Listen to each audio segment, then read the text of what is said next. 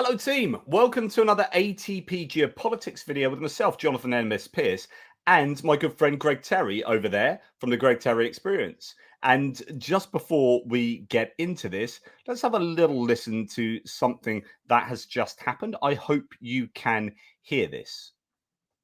And I'm going to play. Oh no, I hope you can hear. Oh, where's it gone? This is brilliant. Well done, Pierce. You've done a really good job in setting this up. Here it is. This is the one. Can you hear that? On this vote, the ayes are 311 and the nays are 112. The bill is passed. Oh, one voting present. I missed it, but thank you. Okay. The House will be in order. The House will be in order. The chair would remind my colleagues to observe proper decorum. Flag waving on the floor is not appropriate. The House will be in order. And there you go. I thought that was just worth sharing that little bit with everyone. We'll dip back into that in a second. Good news. What do you think, Greg? Hello, my friend. How are you doing? It's a Very good well. day. I'm excited. We've got it past the House now, and now it'll go to the Senate. That should be fine. And the most important thing is Marjorie Taylor Greene is now caught in a meme with a big thumbs down. So that's always a good thing. Oh, my goodness. So she has really presented herself. I mean, the fact that Hakeem Jeffries is now calling her Moscow Marjorie is I think quite a condemnation of who she is and where she's at. However, I have to say, Greg, I am worried that over half of the Republicans did vote against it still. Well, that is a worry. We have to take victories the way it is. And today, this is good. It's taken many months, and we need to celebrate that. And we need to be thankful, and we need to be grateful, because it could have went a different way, and it did not. Professor Gerdes and myself have been saying since the beginning that America will do the right things. It will get some more aid. I do have some concerns about some of the ways it's broken down, but overall very good. Learned a lot about that last night on my stream with a lot of great American veterans in there and people who are up on the civics side explaining how all of that works. We had a really good stream with Professor Gerdes. But I will tell you this, we'll get it through the Senate. And then what we need is for the European Union, European nations, Great Britain, to continue doing their massaging, their support, their working, check initiatives. Additionally, we need Poland to step up to the plate and get complete control of their border and let this stop flip-flopping around. And additionally, on top of that, we need Ukraine to get a hold of its mobilization and get that in order. And if you can bring all these things together, then I think we are looking much better. This is not a panacea. This does not mean Ukraine has unlimited supply this evening. It means none of that. But what it does mean is we have more hope and more avenues for success. So it's a really good day here on April the 20th. Yeah, and we'll come to some of those topics in a little while. I just want to stay a little bit on the. Sorry to be a little bit partisan here. No, but please. I'm really happy that not a single Democrat voted against that, and they were all there standing, waving Ukraine flags, which is not supposed to happen. But I just think it just shows you the depth of support, at least from the Democrats, and of course some of those Republicans, though, that there was no kind of standing up and cheering. And I think there was, by all accounts, cheers of Ukraine as well. Interestingly, I'm led to believe that Mike Johnson, the Speaker of the House, where did I have it? So we'll come to what Volodymyr Zelensky said in a second, but I have a feeling, where did I have it? The Mike Johnson was wearing a blue tie and a blue shirt and a yellow tie. I was reading somewhere, so that is pretty interesting that he would be so over. And I think you're probably going to start seeing a bit of a more formal division in the Republican Party given that there's this really strong MAGA element that doesn't want aid to Ukraine. And then there are people like Mike Johnson that seems to be becoming strong.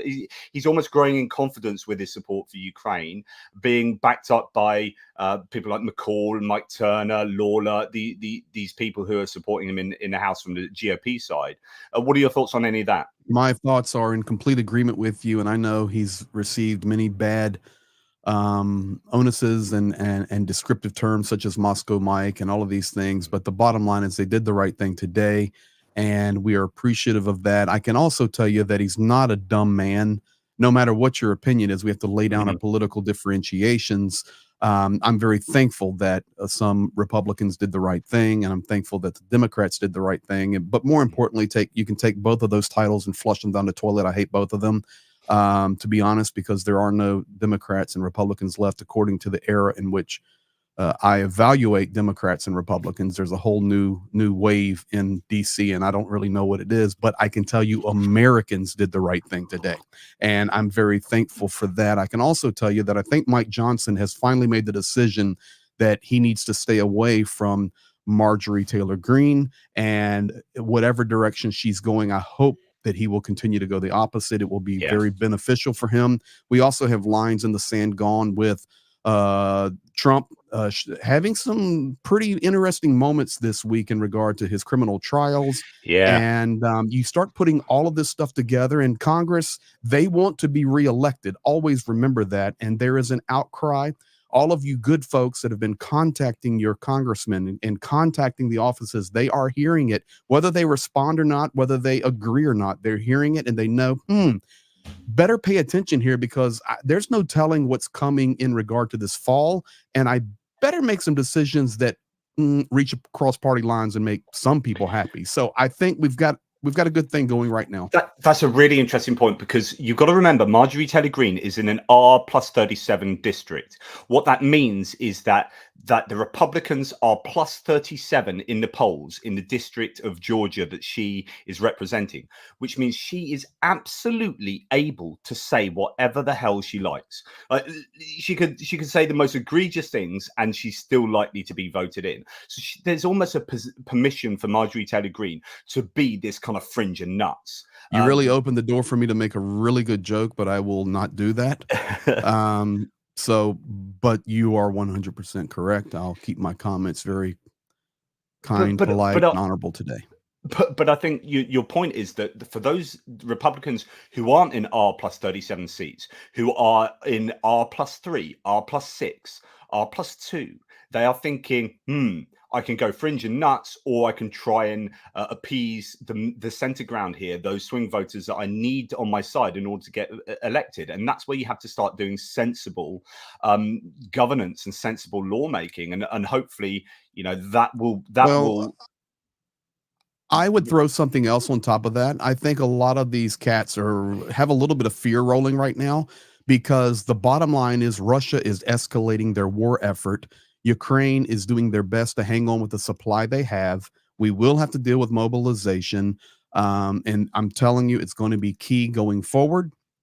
And people are smart enough, I hope, to recognize that this war is not going away. Russia's not backing down. And we are hearing of a potential summer offensive, maybe 1 or 2 points. Who knows? They're hearing these things. And then they're watching Iran strike Israel, and they're watching Israel play a little chess moves in their tactical response back.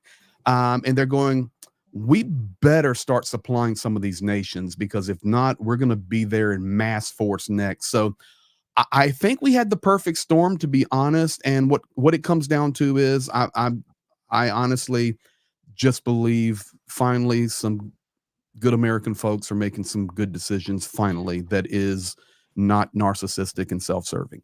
Yeah, and I'm going to throw something else into that. So there's this news, and I've been reporting on this for the last week, but Russia-linked hacking group is been suspected of carrying out a cyber attack on a Texas water facility. So I reported on that this week. It's now coming out in more of the mainstream media, more overtly. So the attack was a rare example of hackers using access to sensitive industrial equipment to disrupt regular operations at a U.S. water facility, following a separate cyber attack last November on a Pennsylvania water plant that the U.S. officials blamed on Iran.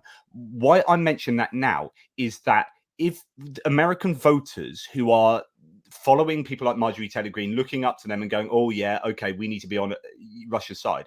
If they start getting wind that Russia is actually attacking the US, that the US is that war is being waged on the US just in the cyber realm, where that does have tangible effect on the American public and the way that the US operates, then actually it becomes more obvious that Russia are the bad guys. And actually this kind of activity from Russia is probably not, it might be strategically in their as part of their objectives in the long game, but right now with elections coming up, I don't think Russia is going to.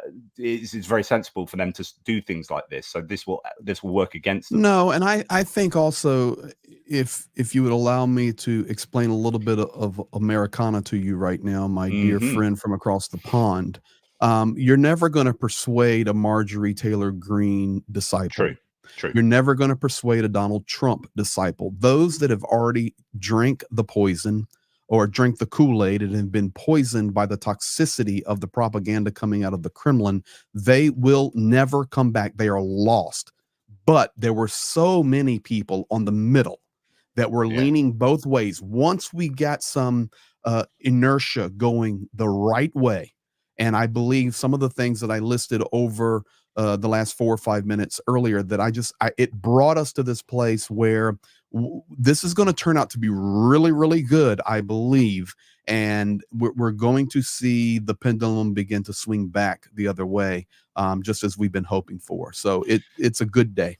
Yeah, and here is what Zelensky has to say about it. So he says, I'm grateful to the United States House of Representatives, both parties, and personally Speaker Mike Johnson for the decision that keeps history on the right track. Democracy and freedom will always have global significance and will never fail as long as America helps to protect it. The vital US aid bill passed today by the House will keep the war from expanding, save thousands and thousands of lives, and help both of our nations to become stronger. Just peace and security can only be attained through strength. We hope that bills will be supported in the Senate, which I think it will be, should be, and sent to President Biden's desk. Thank you, America. Now, I know that you have met Victoria Spartz, who's a Ukrainian-born US representative for the Republicans, but she has, I've seen some absolutely some people are excoriating her at the moment for her position. One of her amendments, she was one whose amendments got through to be debated. Yeah, I've seen her being taken apart by people because I don't know what's happened to her, whether there's a Trumpian side faction has got into her somehow, but she seems to have switched to be going full on almost Marjorie Taylor Greene in trying to take out the presidential drawdown. I mean, that's the main part of the bill, is the ability for the US to take weapons from their stockpiles to the tune of $8 billion and throw that, expedite that super quick. I mean, that's your quickest aid to Ukraine, and that was one of the components you wanted taken out. So I don't know what's going on with her. Do you have any thoughts on that? Yeah, I do have thoughts on that, and I know I'll make a few people upset with my thoughts on that, but that's okay because I'm patient on this, and time will tell. I do know Victoria Spartz personally, and I will tell you there's more to it than just what you're seeing in the headlines. And there is more behind the scenes. I do not know what's behind the scenes. All I know is today, the House passed the bill, and I'm happy about that. As far as Victoria Spartz, I cannot go down a negative lane with her, and I think anyone else that does should do their homework first. Unless anybody else in the chat or here has met and spent time with hours and hours with her personally, I think probably my opinion's the best, and that is be patient on it, because I'm telling you there's something else up. I respect her, and I hope I don't lose people and they jump out of my chat for that, but I have spent a lot of time with her, and there will be something else come from this out of the Spartz camp. I promise you. I don't know what it is. I don't know what it is. That's why I was saying I think I'm reserving judgment on that. Yeah, I think there's clearly something going on and some leverage going on, or something that anyway, compromise somewhere. I just want to say thank you to the Weasel gifting 5 ATP Geopolitics memberships. Cheers, mate. Thanks to Robert Pitt for the super sticker there, super chat. Thanks, mate. I really appreciate that. And the same for Brian Ivy, always a great supporter of the channel. I love his picture. Stupidity in Essence here says, what is recommit that Chip Roy represented? I don't know. I'd have to look into that. I don't know the answer to that. I don't know the context of that either. I do not either. But Chip Roy is someone that occasionally says good things. Like he was sort of on the side of Liz Cheney with regard to looking into, he was not a fan of what Donald Trump did, but he's gone very wrong on Ukraine. So that's unfortunate for him. Nikki Hill, who's a member for 2 months, says Slava Ukraini from your channel there, Greg. And then just finally, for the time being, some Norwegian love from Pest Pogrom. Congratulations on this historical date. Can you invite Serhiy Sternenko for an interview? People would be interested to learn about him. I don't know Serhiy Sternenko. Is that someone you know, Greg? I do not know if I know him or not. I received an email, to be quite honest with you, from somebody whose name is similar. And it could be a different person, but I'll look into him. Put in the live chat. Too. I don't know. Put in a live chat. Tell us who he is and what's going on there. And finally, I just will add this because it's just popped in, Greg, if you don't mind. Please. We have it's all happening. We have a super sticker from Jesper Pettersson. Thank you, mate. Really appreciate some Danish love, trying to outdo the Norwegian love we just had. And then here, Hutch. I'm proud of my congressman, French Hill from Arkansas. He is in one of the deepest red states, but is willing to go against the grain. This is what I love. It's a term I've been hearing a lot recently, is people over politics, which is to say, let's not play party politics and let's just think about the people here, the Ukrainians getting killed, and supporting doing the right thing. I'm gonna put morality over like politicking. And this is what this person has done. But is willing to go against the grain and visit Ukraine. I think that's super important. That's something I like your opinion on there, Greg, because I think people like Marjorie Taylor Greene, she may be too far gone, but so many people just need to go to Ukraine. Are they all Ukraine Nazis? Obviously not. Go and visit rather than spouting the stuff that you are told. Completely agree, 1,000,000%. There's nothing better than experience. And nothing better than witness and eyewitness. This is why I reserve opinions on some things, and time will tell. Everybody just stick with me on time will tell. But I will tell you, in regard to Ukraine, there's nothing better than being able to witness or have what you feel a relationship with some person or group, or maybe a channel like ours or yours, Johnny, that they see us in Ukraine and they, I need maybe to listen to these guys more than I listen to TikTok. So it's really good and complete. You can't drive around Ukraine as you and I have done, Greg, and just go, oh yeah, what a Nazi nation this is. Like, it's just like you don't do it. It's like what it's just, I don't get that feeling at all. It's for obvious reasons, because it's not. But anyway, just to finish what Hutch said, it goes against grain. They should visit Ukraine as well as vote to support it. That's what he did. I like to think the 15 emails I sent to his office helped. Now, that's a serious point, that obviously that so many people have sent their Congress men and women the emails that they have to show their support or to plead for support for Ukraine from their elected representative, and I hope that has made the difference. I really, thank those Americans who have gone out of their way to do that. It's really important, because I think these things do matter. I've got some personal experience of that with my local MP that reacted in the wrong way against her views on a particular thing. She voted against her conscience because she thought her representatives were angry about something, but it turns out she realized in hindsight that was just 50 old people getting really annoyed, really ticked off about something, sending letters in. In other words, those letters, they did work on her to the point where actually she made the wrong decision. Well, if we can present all of our feelings to our representatives, to hopefully we can get them to change their minds to do the right thing. Anyway, that's just my aside. And I will tell you, listen, I will always be fair, guys. I will. I just wait for the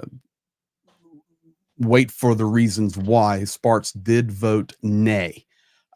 So yeah, listen, if we need to smash Spartz, I'll be leading the charge. I promise you. I just want to know why. That's it. Yeah. Before I start throwing out daggers, that's the way I try to ethically and morally do what's right. I need to know why, and if so, I'd be happy to smash away. Yeah. Davis, thank you so much. Sorry, it's just a few super chats and whatnot. Really, but very kind, by the way, Dave. Stupidity, in essence, it's Celebration Day. Ukrainian love. Thanks for your Danish love, and that is absolutely is a day to celebrate. I think. Gift of 5 ATP Geopolitics memberships. Thanks to Richard Bennett, and always a great supporter, Mr. Lion Dust super sticker. Thank you so much for that, legend. And then Greg's Russia at Nasi. I am Malaysian, currently living in Kiev. So this is one of Greg's supporters here. I get treated way better by Ukraine than Russia around the world. I have never got along with a Russian. So there you go. That is some personal experience. It's a first-hand testimony. Exactly. Absolutely. Great stuff. So what I think was important that Greg said, that it's not a panacea. So this is kind of the bedrock, right? It's upon which Ukraine needs to build, as well as Europe needs to continue that trajectory that's going up. We can question what will happen and whether the US will be able to get any more aid, whether that's it for now, for a long time. I think a lot's going to depend on where the polling goes in terms of the general election, the presidential election, who's going to get voted in November. Things will change. There might be a change to both the Senate and the House of Representatives. There might be a change to the president. So there's an awful lot up in the air, and it's very difficult to make any predictions about what the US will be able to do going forward. But since we had to wait 7 months for that package to come, and we are how many months away from the election now, so we're in April, so we are 7 months away from the election, then maybe that's all we can expect before the election. Maybe something else will happen. I don't know. I gotta say one thing. Blonde bombshell, what are you talking about? I told you, be patient. I said I'm not giving judgment. You can disagree with me all you want. Just keep your kids out of it. I love those guys. I told you guys, I don't understand why we can't understand English. If she needs to be blasted, I will be the first one to blast her. I promise you. You just need the knowledge. Just be patient, guys. We need the knowledge. Hopefully that's why you come here. What's bothering me is people just want to throw out accusations. That's why we're in the doo-doo hole we're in right now, because people throw out of the accusations. They don't know what the heck they're talking about. Be patient, be happy, past. I will throw my speculation out that I think there's some kind of MAGA compromise, but how that's happened, I don't know. But here's the thing: don't go there. Do not go there, Johnny, because I sat at a lunch table with her. She hates Donald Trump. There's something else there. Period. Interesting. Just wait, guys. Be patient. Rejoice. Stop worrying about who voted yay, who voted nay. It's passed. It's going to pass the Senate. Now EU and Ukraine's got to do their job. Be happy. Well, we always have to be picking some scab. And don't pick a scab, be happy. The good news is that the US has been lining, I think, aid up to go super quick. So I'm guessing there's aid already in Germany and Poland, just literally waiting for the ink to dry, not even for the ink to dry on Biden's signing off, if that happens, and hopefully it will. There's talk that the Senate are going to be working on it today still. So Chuck Schumer was asking, as the Senate Majority Leader of the Democrats, to stay behind on Saturday to get this done. So I don't know the ins and outs, the pragmatics of that, practicalities of that. I don't know, but it could be that Senate pushes that through, toot sweet, and Biden gets to sign it off today, tomorrow. I don't know. You never know. Let's hope. But that's the thing.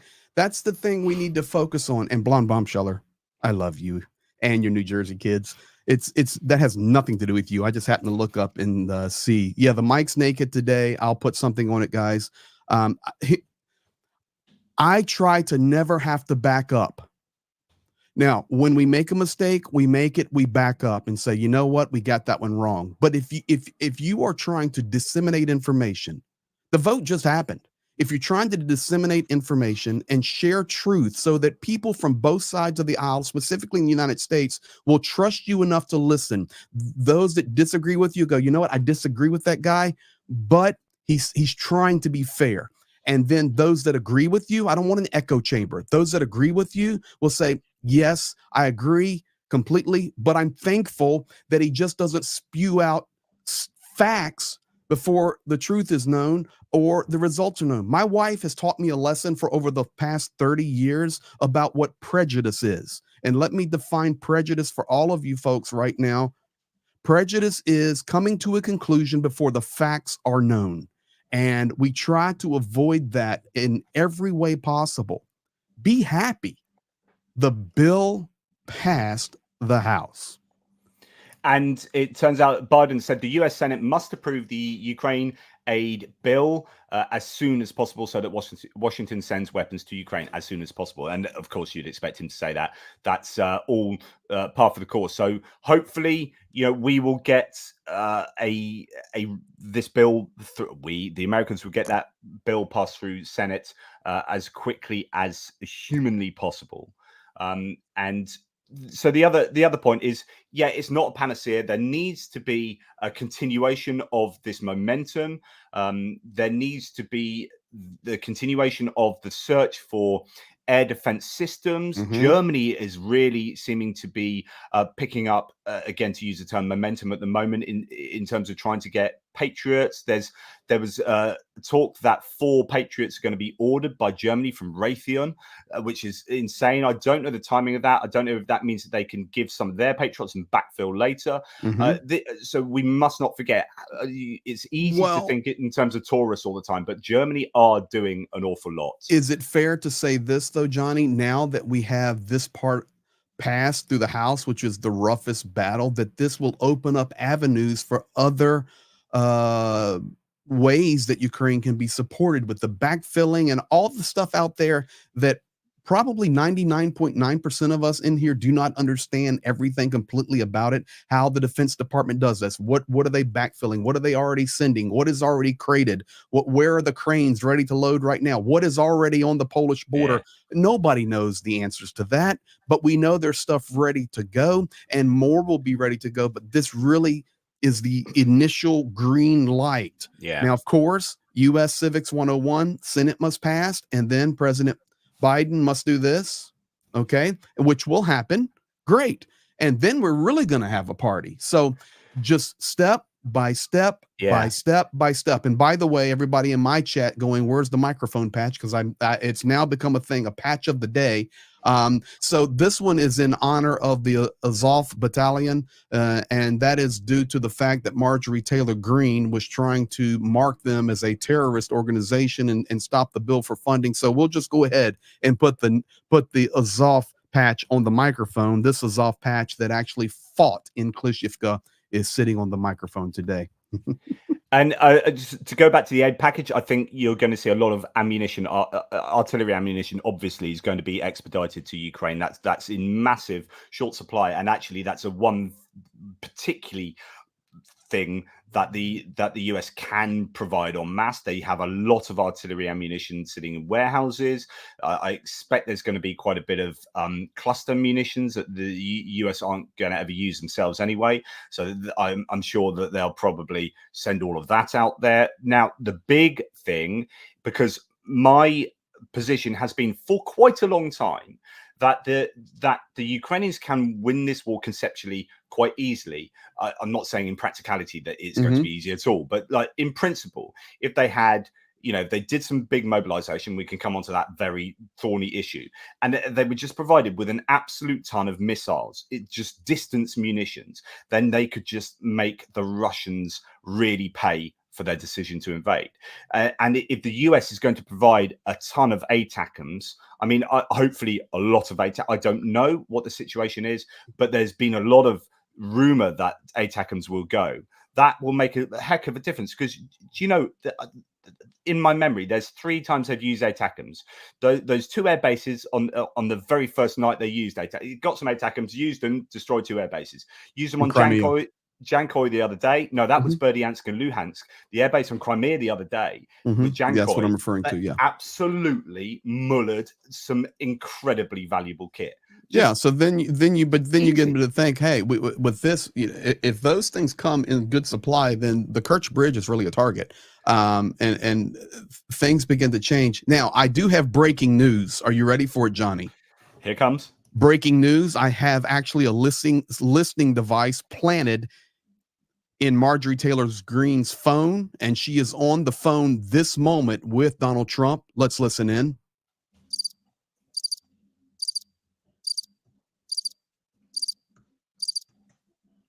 Did you hear it? I heard some tweeting away there. Dead silence. Aren't you happy? Oh, there's some cicadas just cricketing around. Yep. Yes. Well, it's going to be. So, I don't want to go too much down the kind of American. But listen, but it's this going to is be. You celebrate right now. Yeah. We've analyzed. We've worked our tails off. It's like the last 2 days with the armored vehicle project, celebrating, giving away and flags. We're coming on to that big time. Because I haven't said that to my viewers yet, the success really. So we're going to have everybody relax and just be thankful. Today is a day we were hoping for, and celebrate it. Celebrate it. But just my last bit of like, I wonder, is I genuinely wonder what Trump's going to do with regard to Ukraine going forward. I can't wait to see. Just because he must have some strategist going, must have someone sensible going, we probably don't want to go down the Marjorie Taylor Greene route. But Donald Trump will do whatever benefits Donald Trump. Yeah. That's the answer. Now, the other thing that we need to pay attention to was the amendment in the bill in regard to TikTok.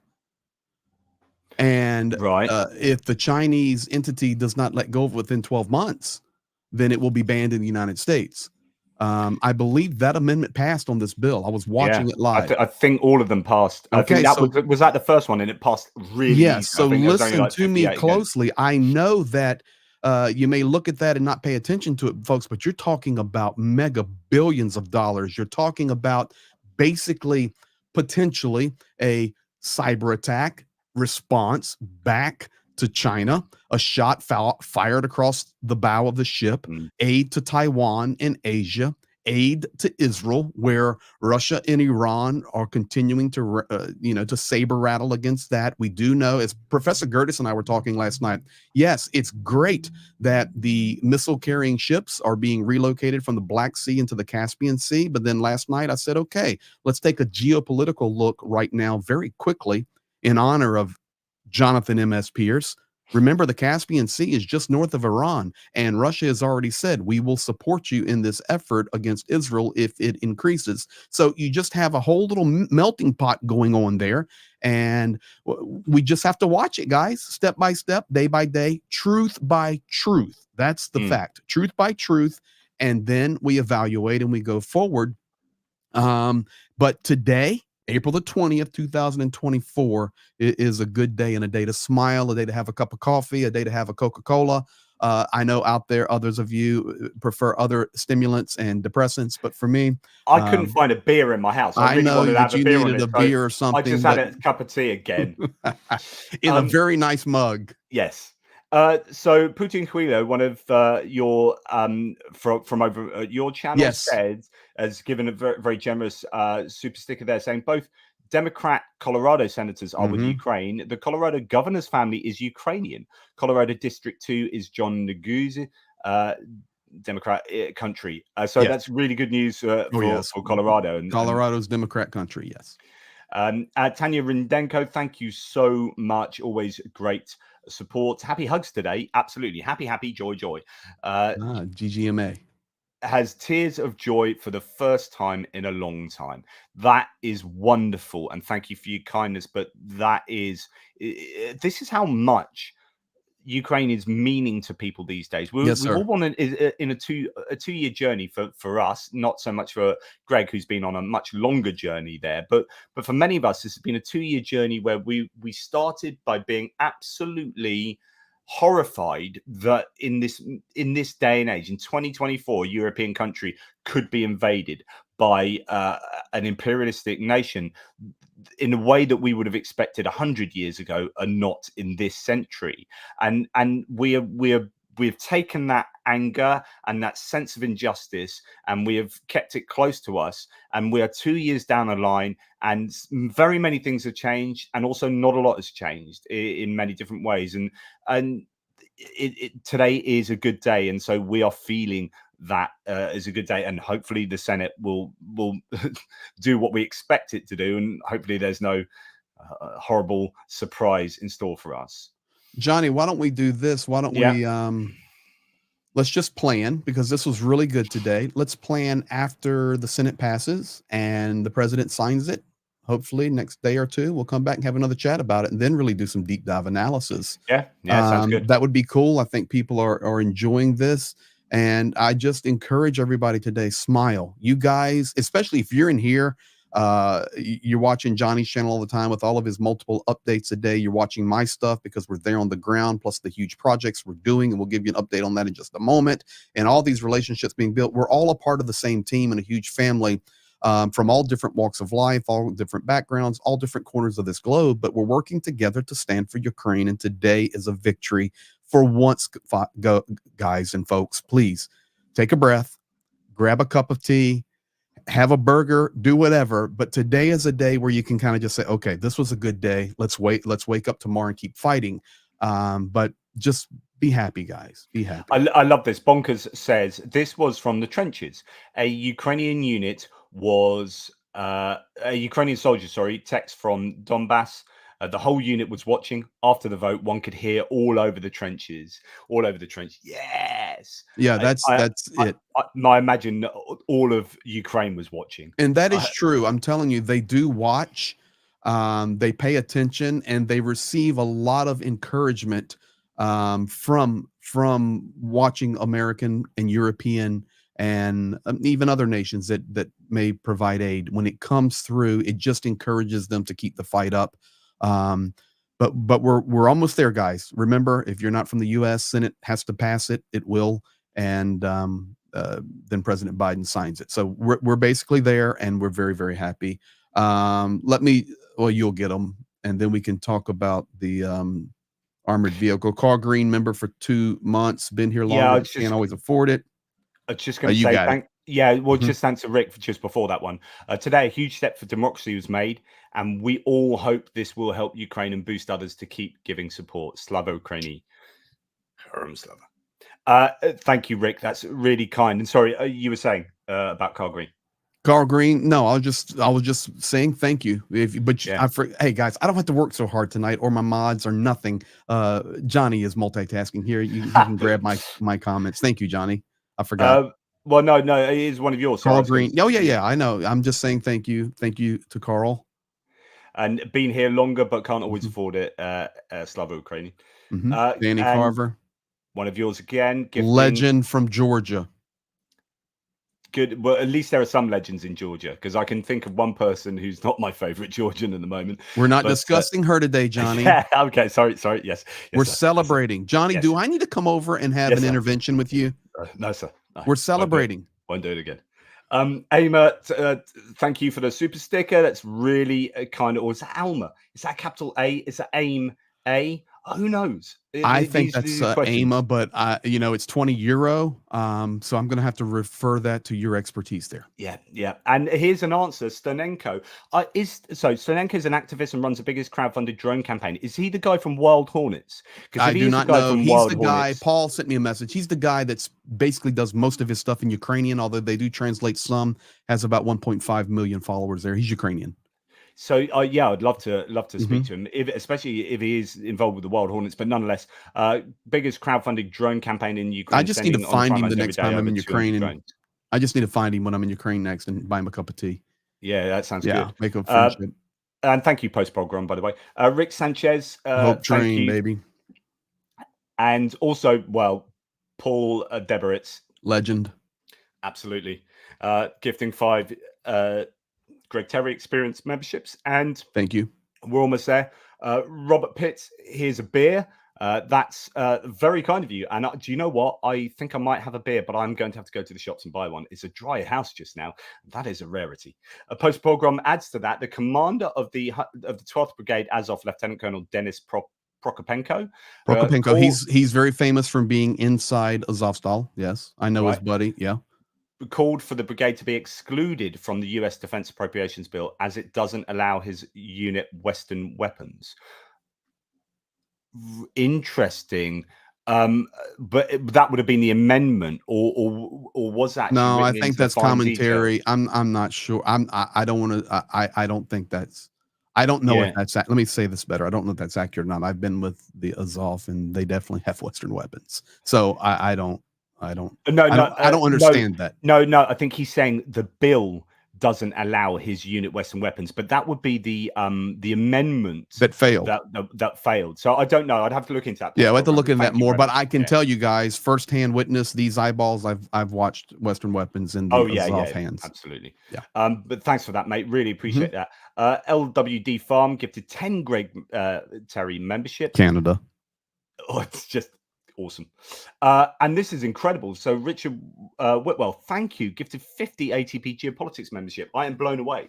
I think he did that after you said the house was dry. He says, man, I'm going for that guy. I'm giving him 50 memberships. No, that's incredible. Thank you, Richard. Just a couple more.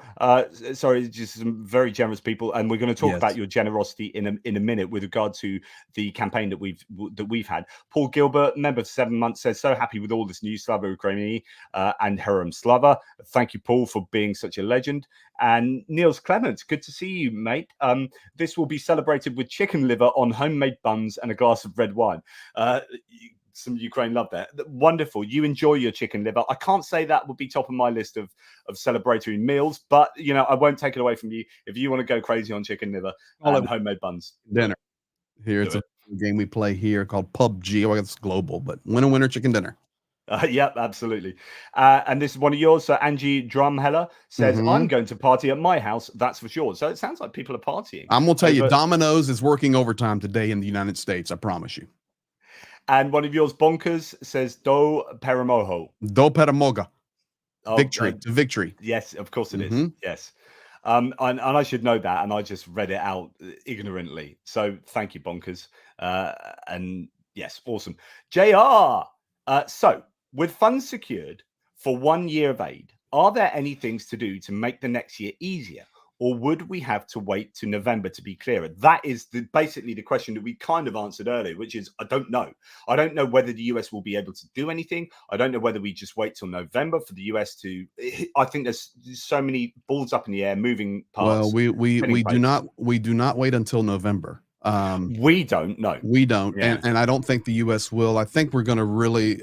I stand by what I said. Even with this aid coming, F-16s coming, we'll know by November where this is going. I'm sticking with Peter Pavel, Czech president, who basically a few months into the war said by November 2024 we'll know where the war's going. Report coming out of was it Richard Burns, CIA director, said we expect the war to be determined in 2024, whatever his name is, coming out yesterday. I completely agree with that. Not that it will be over, but which direction it's headed. So this is the right thing for today. We celebrate it, and as you would say over there, shagam or krog za krogam. Step by step, we'll see what happens next. But today, eat the pizza and drink your Pepsi. Yeah.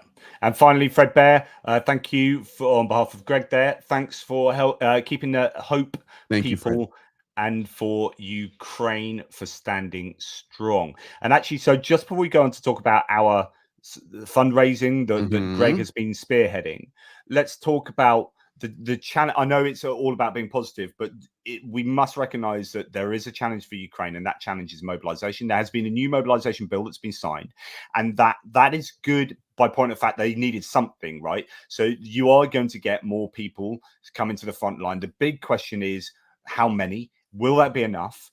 What's going on about demobilization, because they took that out of the bill as one of the amendments, and it won't be discussed for 8 months, and that's really annoyed the people obviously still fighting. So I don't want this to go too negative, but what are your thoughts about the challenges? I think personally that mobilization right now is a big ambiguity, further made confused by lack of clarity out of Kyiv, but possibly today I think clarity will start to come more and more, because now Kyiv knows, hey, there's some aid coming our way. Let's get aggressive with this mobilization. I think all of these things are connected. Personally, I don't have any facts. I don't have any things to share with you now, no videos. But to me, that's the logical thing. Knowing Ukraine as well as I know it, and their value on life and saving lives and wanting to win and wanting to liberate their nation and stand for what's right. Today was a huge day, and that's where I want to leave it. I really think some dominoes will begin to fall into place now. I'm wondering whether the American electorate, and actually European, whoever, allies of Ukraine, but people in general, might start to realize that all these things are connected. So you've got China and Taiwan, you've got Iran and Israel, and you've got Russia and Ukraine, and you've got North Korea, with kind of helping anyone but helping Russia. And we are starting to see this, and I don't want to sound too alarmist, but this kind of axis of evil that we talked about previously, that people have mentioned, really starting to assert itself as more of a almost formal union. When you've got Russia, and I think there's news today that Russia are going to supply Iran with 25 jets, possibly. I think that news came out today. When you are starting to see them work together with each other, then actually you might start getting this move, hopefully in the US, where the Democrats and Republicans then go, okay, we're starting to realize where Ukraine fits in geopolitically and globally, and actually this is a much bigger thing. I mean, we could be walking towards World War III. The question is, and we don't need to go there today, we're celebrating, but why wasn't this recognized 18 months ago? This is easy to see. I mean, give me some sidewalk chalk and I can draw it on the ground for you. There are 8-year-olds that understand this. So like I say, today is a really, really big step in the right direction, and we are thankful for that, and we'll continue. But I do think a lot of dominoes will fall now. Not only for Ukraine, but also what will that other side that Johnny was just talking about, what are they going to do? So remember, it's a chess game. Both sides have moves. Yeah, and it just seems to me, like you were saying, really blooming obvious when North Korea provides 7,000 at least. I mean, this is some months back now, 7,000 containers of artillery ammunition and other equipment to Russia. It's like, well, it's pretty obvious what's happening, guys. And when Russia give stuff to Iran, and when Iran, Israel did quite an interesting thing when they struck Iran recently. I don't really know the details of this. I haven't been looking at it too closely, just for time. Spend so long with my head in Ukraine, but it appears that Iran sent like 300 odd missiles and drones at Israel, and Israel sent just a number of missiles into Iran and took out air defense systems around nuclear facilities and stuff like that, which I think is super interesting flexing.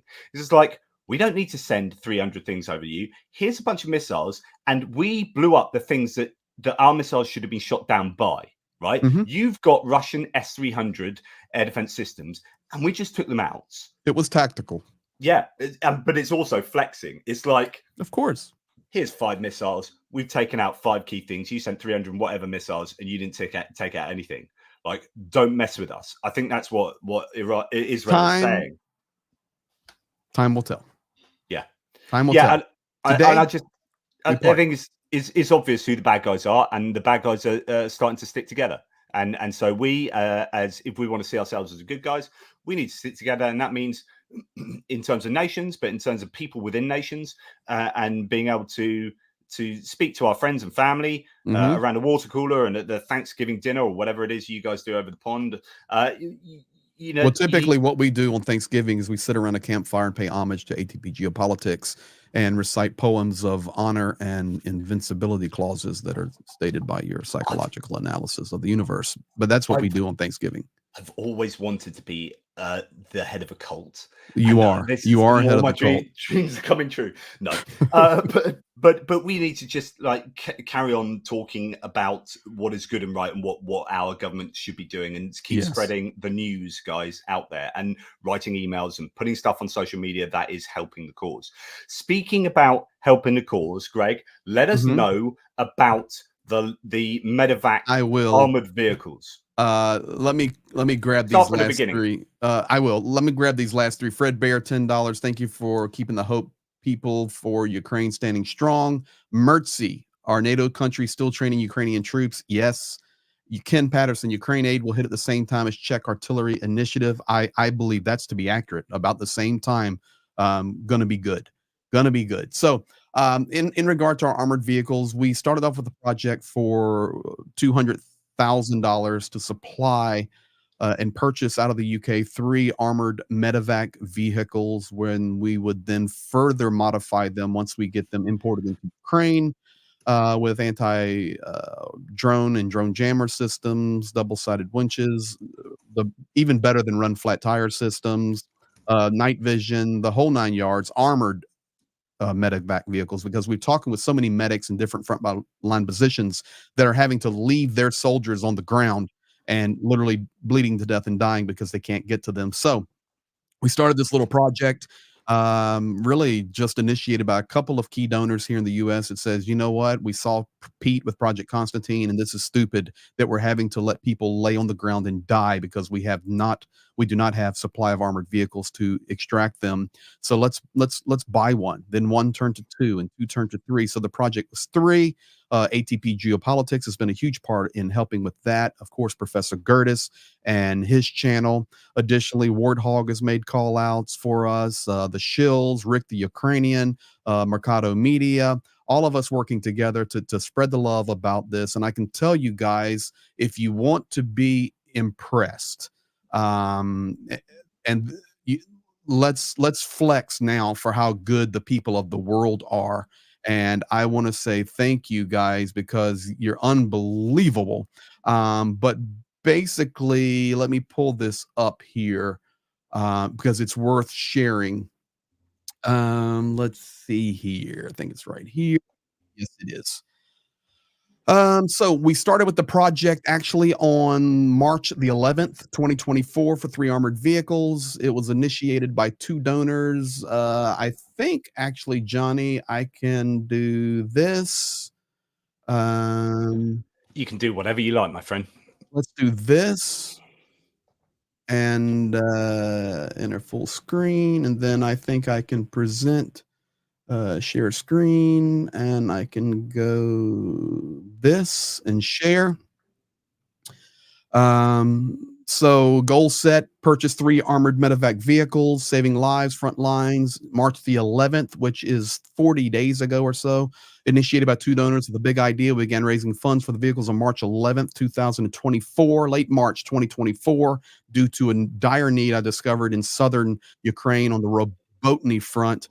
The goal, we increased it to $260,000 and added a 4th armored vehicle. On April the 18th, 2024, we hit our goal of $262,581.24 raised for the armored vehicle projects. All of that was done in 39 days.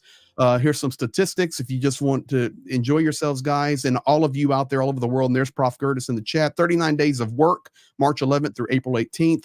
We basically raised $6,733.85 per day, $280.58 per hour due to the generosity of the world. By the way, other statistics, 5,000 were also raised for an additional 100 batteries for the Motorola radio systems, plus $6,500 was raised for body armor so that we could fully equip Project Konstantin medevacs, or the medics, with full body armor, not just a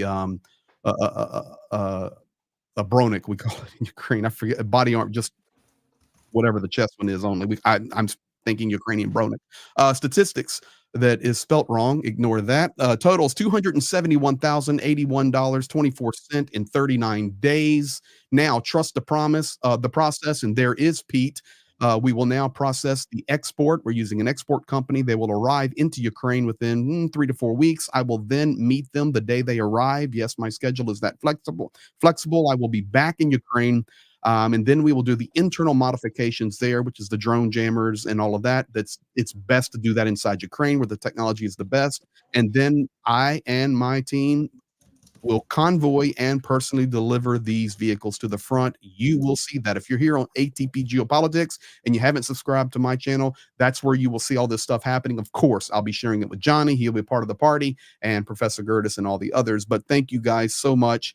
That's the update. And now everything else that comes in extra for that project, because the project's 260, we're already at 262 on that. Now we're going to fill those armored vehicles with the 5 most important needs, which are tourniquets, hemostatic gauze, Israeli bandages, chest seals, and there's one more thing. But they will not only be delivered fully ready to roll, armored, everything, extra Kevlar in the back, the whole 9 yards, but we will also they will be fully stocked and supplied and ready for those teams. So that's where we're at. And we say, thank you. The best is yet to come.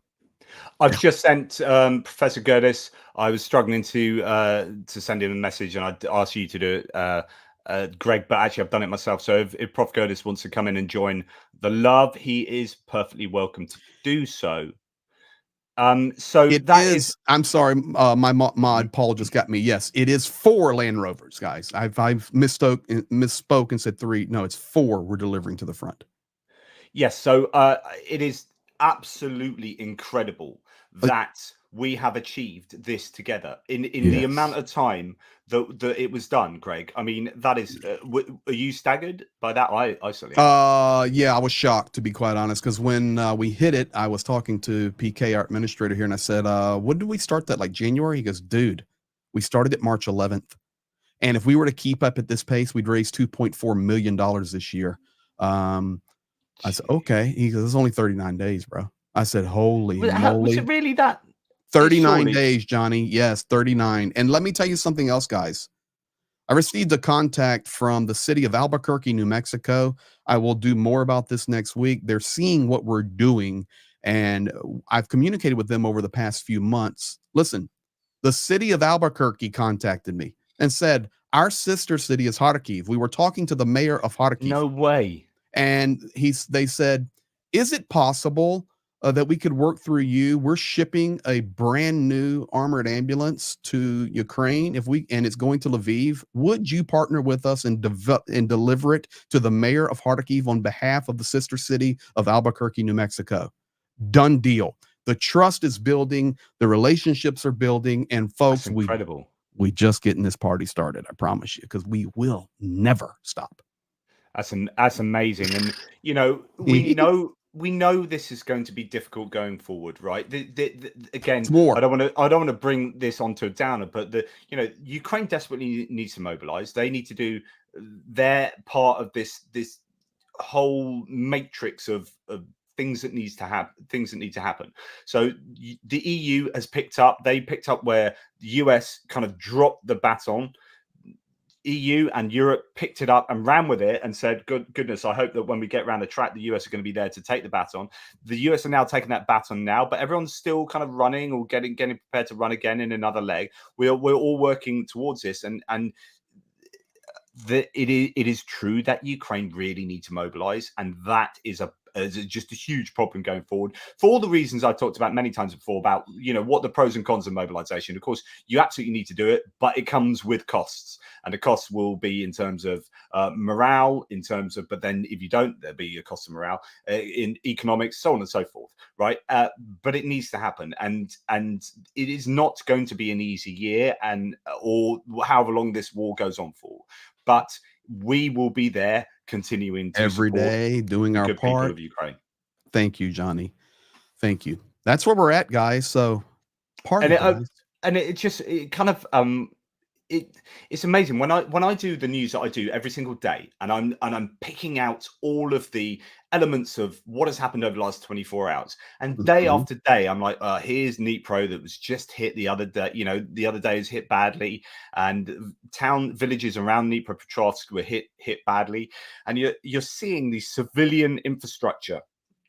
This civilian infrastructure, these settlements being absolutely ripped apart, and then on the same day I'm reporting, well, here's a strike on a oil refinery, and here's a strike on a substation, and here's a strike on a military facility, and here's a strike on an air base that the Ukrainians are doing. They are not slamming missiles into apartment blocks like we've seen countless times done by the Russians, and it seems like it's chalk and cheese between these. One nation is trying to prosecute a defensive war with always thinking about the military strategy and objectives, and the other is trying to invade a country and commit genocide. And it's just, you are 100% spot on, and that's why I would just want to encourage everybody.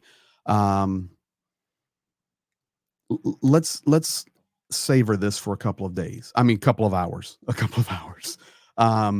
This was really important today. And this, equally important to the financial support, is also the moral support.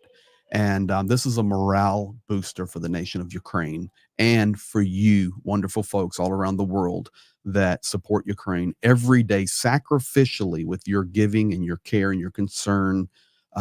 So for a couple of hours at least, let's just say, okay, we're going to take a win today. And what's going to be great is watching those.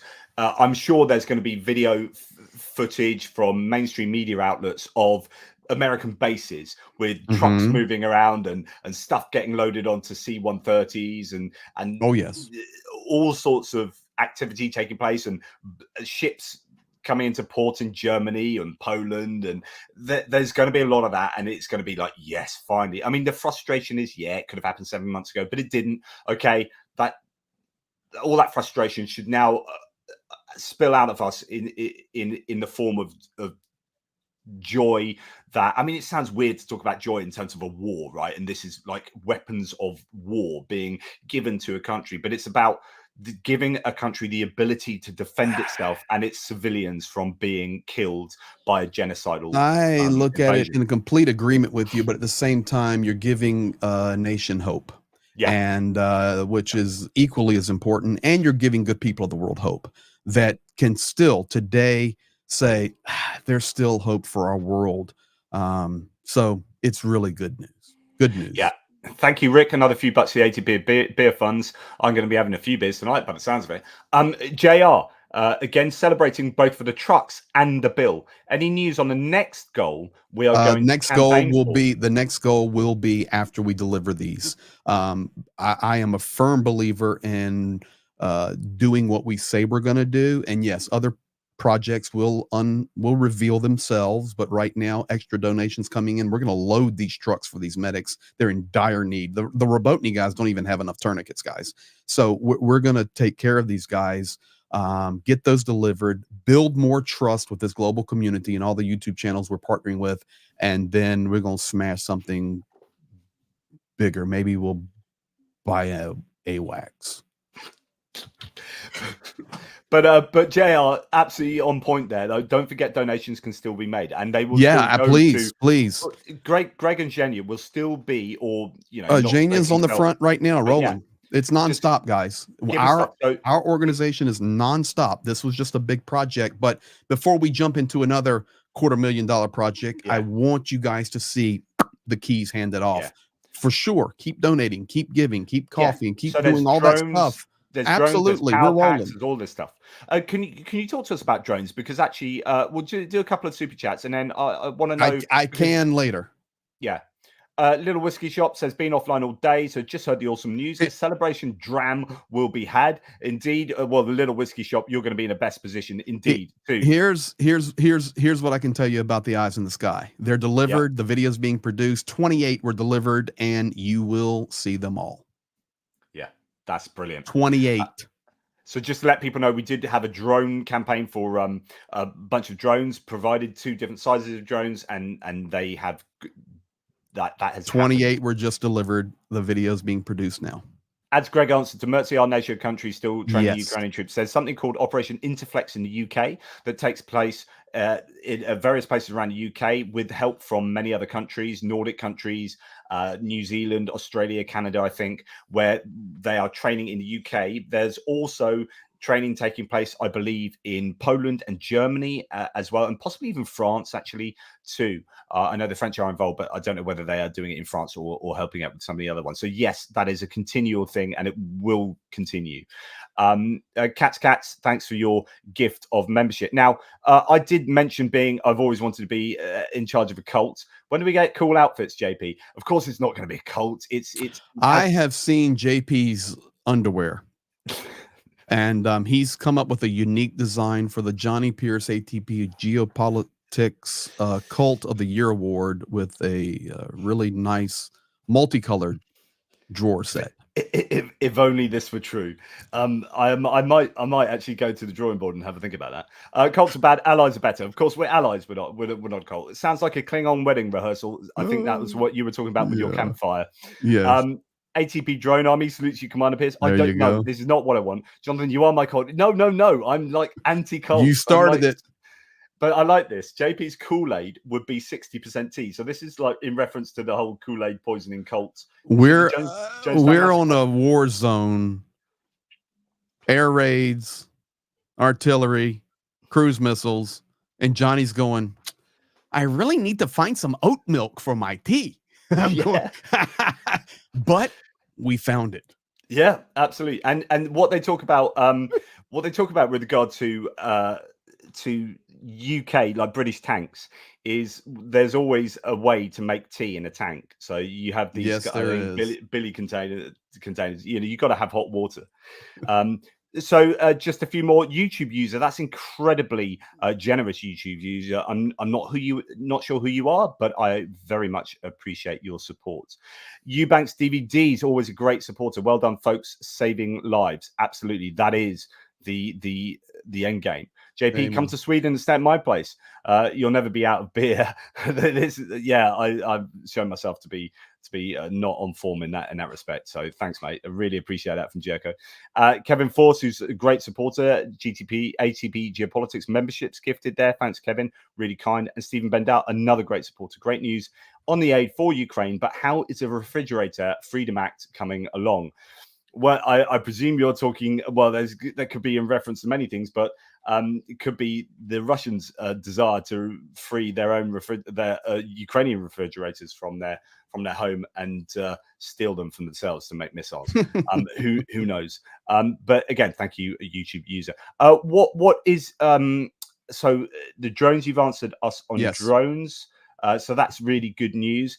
Any other news from Zhenya on the front line and what's been going on with regard to frontline news is this. Today was very good news that the guys needed because the morale was a little lower just to, the attrition of war. So today is a really good day. And I'm just going to stick with that. It needs to be celebrated. There are some trouble spots. There are also some spots where Ukraine's doing pretty good job with what they have. But overall, today's a good day, and I know a lot of soldiers on the front lines are smiling today. Yeah, absolutely. I'm just going to do a quick whiz through the front line, if you don't mind. Is that okay, Greg? You go ahead and do that. I've got to jump to. I'm late. I've got to jump to Shills, and I'll leave you for your frontline analysis. Yep. I was supposed to be on them at 3. I'm over there. When you guys are done with Johnny on ATP Geopolitics, jump over to Shills. We've got Starsky and Jake Bro and the rest of the crew over there. I told them I'd be there at 3, and then Johnny and I came up with this idea, and so I've got to run to that one. You do that. But this is one of yours saying, this is my road, giving you a super chat. I dance in my living room and even listen to US national anthem, now totally exhausted. Slava Ukraini from Munich. Thank you, Munich. And it's a good day, guys. Smile, everybody. Smile. Absolutely. Well, thanks, Greg. Thank you, JP. Enjoy the map. And we'll talk. Later. Okay, so with the map now, just to remind people, because last time I did this with Greg, I forgot to remind Greg, really, actually, that remember that these lines refer to Russian defensive lines. There will be gray zone broadly to the west of most of these lines, or to the north if you're further down south, where there is we're unsure of who controls what, and then further in whatever direction that might be, you have the Ukrainian defensive line. So just because there's no movement doesn't mean that there isn't one side or another taking some ground in the gray zone. And also, if there is fighting taking place where often at the moment the Russians have moved forward, it might not, again, show up on the map. These attacks go into territory, they get repelled. It doesn't show up on the map, but there's a lot of activity taking place. Now, in that northeastern axis from Kupiansk down to Svatova to Crimea, there's not a lot of activity, or at least it's been fairly stable for the last 3 weeks or so. There's supposedly some gains for the Russians north of the Terny-Torska sector here, where the Russians have made some small gains, as according to the pro-Russian mapper Suryak Maps. Now, I just want to show you something here, this is the Serebryansky Forest to the west of Crimea, and there has been a lot of fighting in here for a good long time. And as you can see here, it's mainly green, although the mapping is getting updated, and we are starting to see patches of here that are not so green. Actually, it is really sad when you look at the footage of the Serebryansky Forest, because it is starting to look like this. And that is absolutely heartbreaking, that the forest is becoming not a forest. You get these just tree trunks shooting up into the sky, and it's a bit of a hellscape. Terrible imagery. To think that that was once fairly recently a beautiful forest full of wildlife, biodiversity, and now this is what war does to a place. There's some 60,000 hectares of, I think it is 60,000 hectares of Ukrainian forest land that has been destroyed in this kind of fashion. It is deeply saddening. Anyway, that is to say that Serebryansky Forest is still a very hot place to be. There is some challenging news coming out there of certain units that are being the Ukrainian units that are having a really hard time in the forest area. So yeah, just don't think that no map movement, it means that things aren't happening. Things are still happening. But luckily, the stability as far as the Russians, whether they are moving forward or not, stability, it seems, along this Seversk front line until we get down to Bakhmut. And even in Bakhmut, for the second day in a row, no movement around the Chaziv Yar area. Thanks so much to JR who did the mapping today. He does a fabulous job every day. He's just amazing. So yeah, no move there in Bakhmut, and that is good news, because the Russians really were looking like they were moving through Ivanivska, through into Chaziv Yar and north in Bodanivka, but that seems to stabilize a little bit. I would expect them to continue, though. It could just be the weather hindering them. It could be other things. We understand that the Ukrainians are having a really difficult time with a lack of ammunition and a lack of mobilization, and they are taking heavy losses in places. But the Russians are losing huge numbers of pieces of equipment and personnel. And the question is, how long can they keep this pressure going on the Ukrainians in, say, Chaziv Yar, in Avdiivka, in Novomykhailivka, especially when you see in some of these places the sheer volume of equipment they've lost when you see these equipment graveyards. Right, a couple of the mappers, Deep State Map and Surat Maps, showing some gains towards Ocheretny in this northern part of the Avdiivka salient.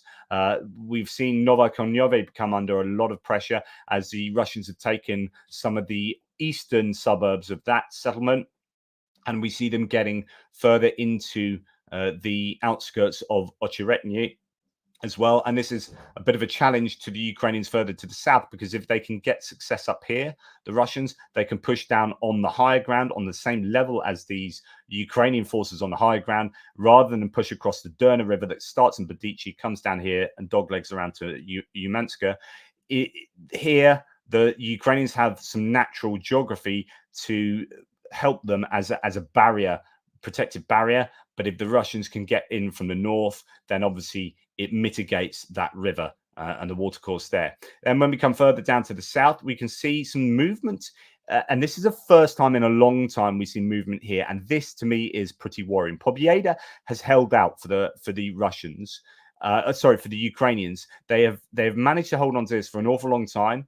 And then it looks like the Russians have had some success there. It's only a very small agricultural settlement, but they are starting to fill in the gap between how far they've got into Hayarivka, around Mariinka, further to the west of Mariinka. And it looks like Deep State Map and Surat Maps is showing that the Russians are having some fairly significant success around there. And that is a worry, because it allows them to come at Konstantinivka from the north, as they have had trouble getting through Novomykhailivka. They've lost, I showed you this morning, something like geolocated, visually confirmed 312 vehicles around here. Is absolutely insane. That is one of the heaviest areas of losses, other than some of the losses we saw up in Avdiivka, that the Russians have had.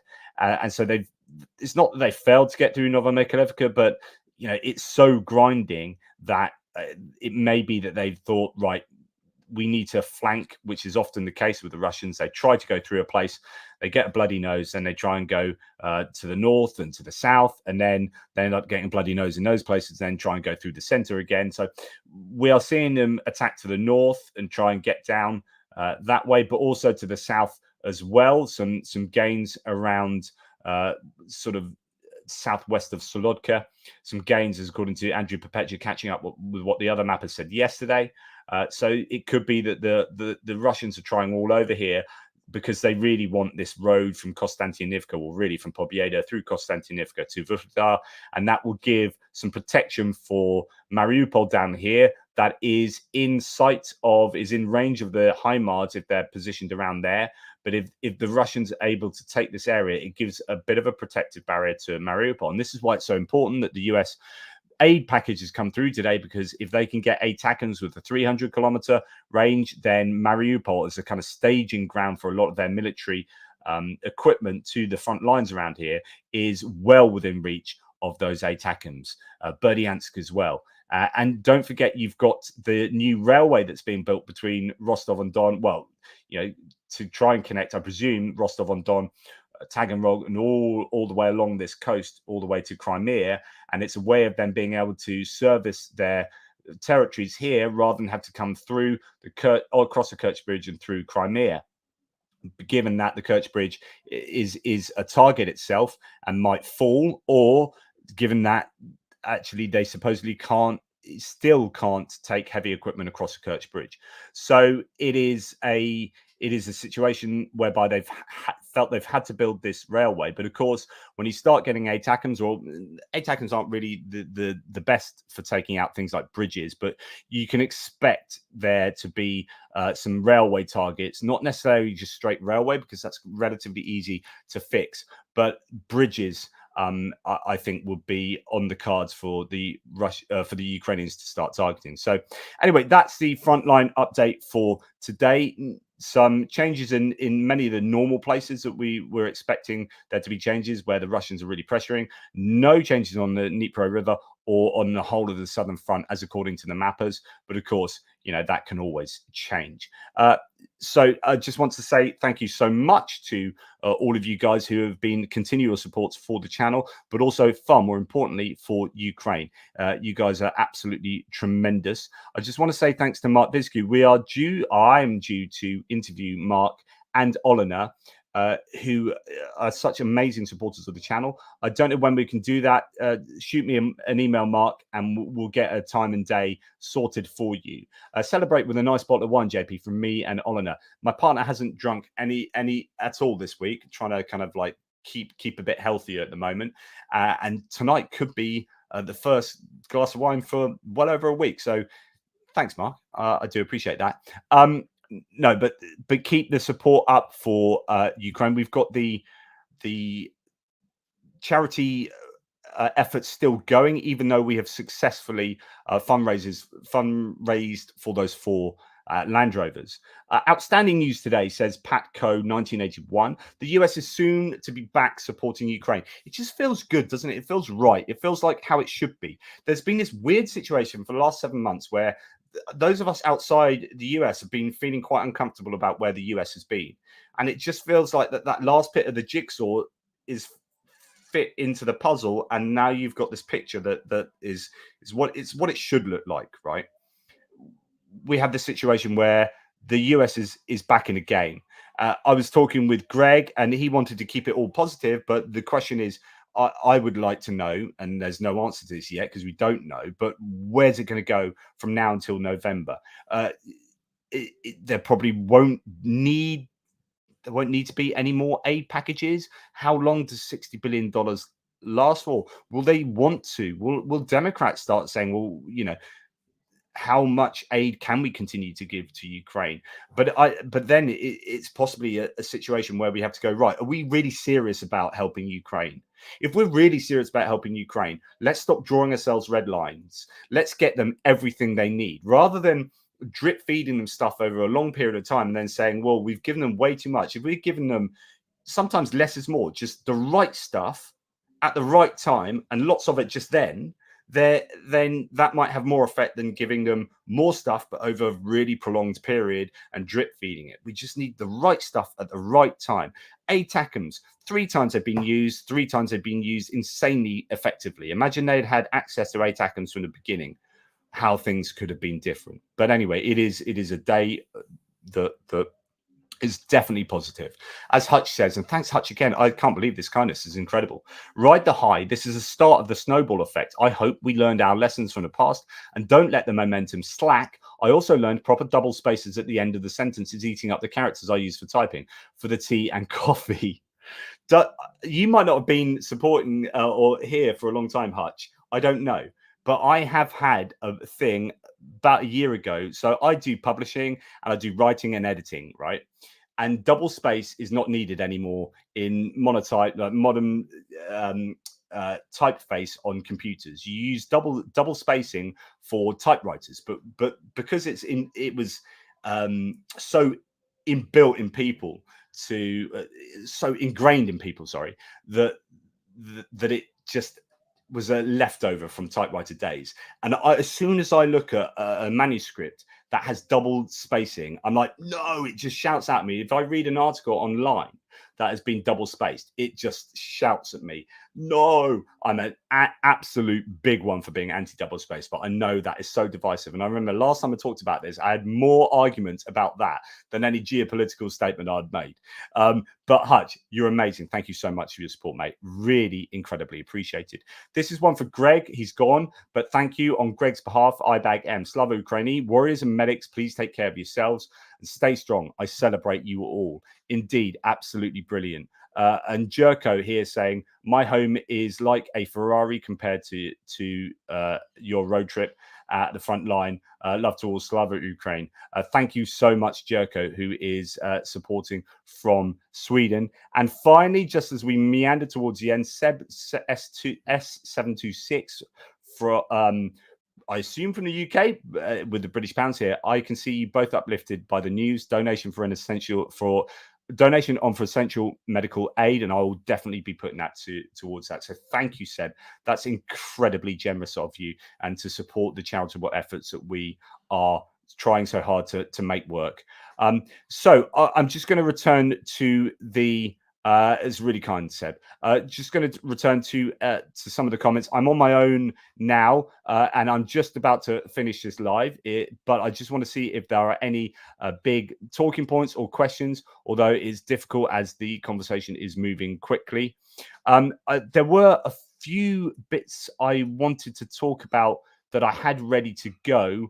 But it's probably not the time. I'll leave them for tomorrow. I haven't done my geopolitical news update for today because time and whatnot. So there'll be probably a bumper news piece tomorrow.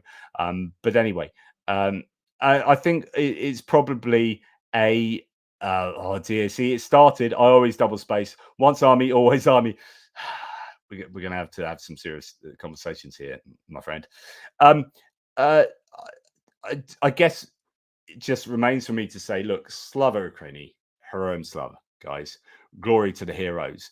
And hopefully those heroes fighting in Ukraine will be given a really much needed morale boost today by what's happened in the House of Representatives. Let's hope that the Senate follows up quickly and that a yes vote gets through. There's still a little bit of worry that something crazy might happen there. It passed 70 to 29 before, but there was Israel aid on there. Now which will appeal to more of the Republicans. I don't know what's going to happen. There is this idea that they're going to tie the 4 up again into a single package. And if they're able to do that, then that means you'll have some people on the Republican side who are not so cool with Ukraine, but are big on Israel that will sign that. But then you might have some Democrat senators who are not so big on Israel, but big on Ukraine, but might not want to sign a 4-in-1 bill because of the Israel aid. So there are some worries that I still have deep inside about that, but I do think it should get approved. I think there's enough of a momentum from the House of Representatives to carry forward. There's enough, I think, senators who know the importance of these bills geopolitically. Like I said to you before, House of Representatives is full of sort of 438, is it, representatives who are elected every 2 years, right? And so they are always campaigning. As soon as you're voted in, you are campaigning for your next election, because 2 years is not a long time. It's constant campaigning, and as a result, you are thinking, what does my base want? What do my base need, and what are they asking for?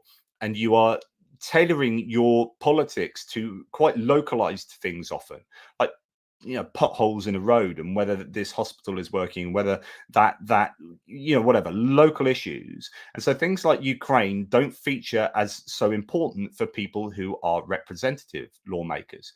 Now, senators are voted in every 6 years. Every 2 years, a third of them are voted in. So in this November election, all the representatives will be up for re-election, and a third of the senators, of the 100 senators, will be up for re-election. But what that means is the senators have 6 years to settle into their job and think about bigger issues like geopolitics, like foreign diplomacy. So they're much more like your serious old hands at, not serious, but serious about different things, like big idea politicians who will be focusing on stuff like, what is America's place in the global community? Are we taking on an internationalist, you know, role, and what's a global hegemonic state, all that kind of stuff.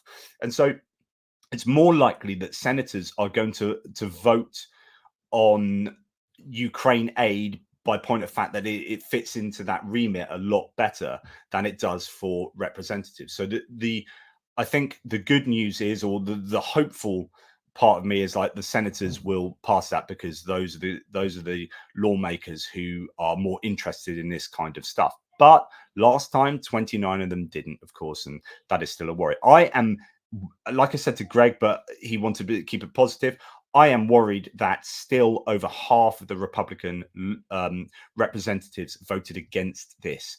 So if you're in a two-party state and a broadly 50-50 split at the moment, that is a quarter of lawmakers are thinking that helping Ukraine is a bad idea. I don't understand how you can think that, given what they should know. And I think the problem is that many of those MAGA Republicans just don't know. They are actually ignorant of the facts of what is going on in Ukraine, how the war started, how the war has taken place over time, and where Ukraine and Russia are at now, what kind of countries they are, and what their designs are. There's a lot of disinformation, and people aren't being given the correct information. There almost needs to be some geopolitical education classes for the House of Representatives, so that people don't keep spouting, like Marjorie Taylor Greene, don't keep spouting outright lies that then have to be unpicked by people meticulously. But it bounces off people like Marjorie Taylor Greene, because they're not listening to their corrections. You know, they're not listening to people fact checking them and coming up with the actual truth about matters. And so they continue to perpetually disinform their electorate and the people that live in the same information spaces as they do. And it's just, how do we break that? There needs to be some way that truth gets through, that truth finds purchase on decision makers, because it's insane that these are the people who are deciding on behalf of their electorate and on behalf of the United States what the United States should do. And if they are that ignorant on affairs, then how is it that they get to decide and you know, stand up in Congress and make these decisions and spout their nonsense? Like, something needs to change. I don't know what, I don't know how, but the fact that Russian propaganda has found its way into the American Congress is of a supreme is supremely worrying to me, and it should be even more so to Americans. So anyway, that's my issue, and I think it's even more worrying when you start seeing this happening in the EU and in Europe at large with the successful Russian disinformation campaigning that is undermining European politics. So we've got the June European elections coming up, so for the European Parliament, and we know that Russia has been successfully disinforming the European public for a long time. And we know that they've got influence and disinformation campaigns that are at work with regard to even like money swapping hands and people being both witting and unwitting agents of Russia. And that is really worrying, because I don't think Russia can win the military war.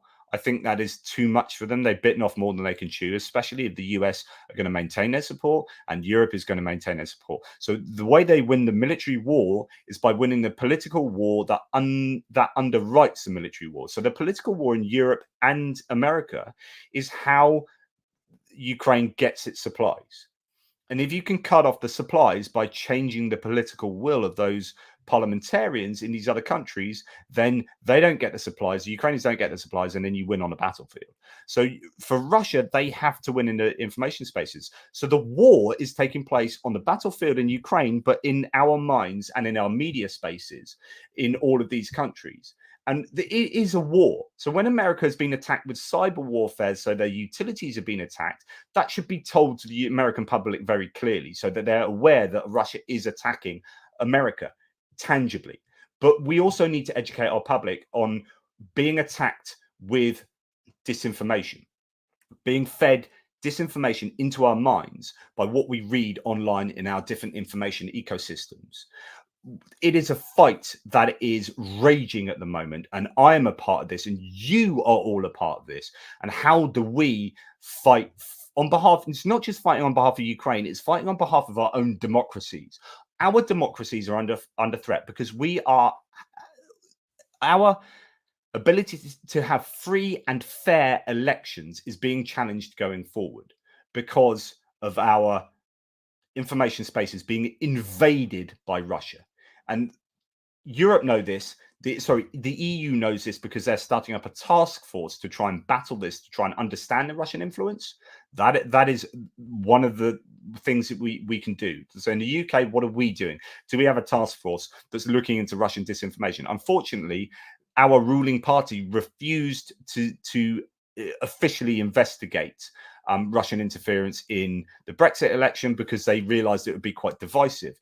But we need to have that. We need to have an understanding of the threat that Russia, the threat that Russia is to us and to our democratic institutions and processes.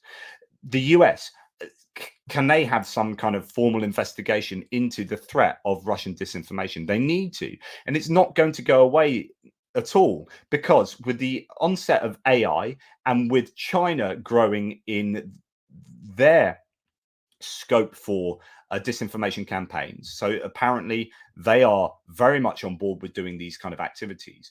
This is a threat that won't go away. We need to be prepared going forward to defend ourselves, not with military equipment. That's all. We need to defend ourselves with military equipment where that is necessary, but we need to defend ourselves in epistemically, so in terms of knowledge and truth. If we can't defend ourselves in terms of knowledge and truth, the very foundations of our daily lives, like what we think is right and what we think is wrong, as in true and untrue, it's just a massive chaos and a massive unknowns and a massive confusion. And in a landscape of confusion, bad faith actors like Russia will flourish. Russia loves confusion. We need to know what is right and we need to know what is wrong. And we need to be fighting that fight for truth. Anyway, I will remove myself from my soapbox right now and say thank you very much for all your insanely generous support for the channel. I will be supporting our charitable efforts as well. So thank you for that. Just incredible kindness. I'm just going to mention a few of you. Hutch, particularly today, has been incredibly generous. Dave Davis, very much so. Tanya Rindenko, incredible. Thank you. Rick from the Netherlands, thank you. Bonkers for Greg. Little Whiskey Shop, really generous YouTube user. Mark Bizq, always a legend. Patco 1981 and Hutch again, super incredible, and Seb S726. So, and all the others, I don't have time to read all of you, but honestly, thank you. I don't thank you enough. You take care, everybody, and just you know, it's a bit like Weird Science. It's a bit like not Weird Science. The Breakfast Club, you know, Brain and Anthony Michael Hall.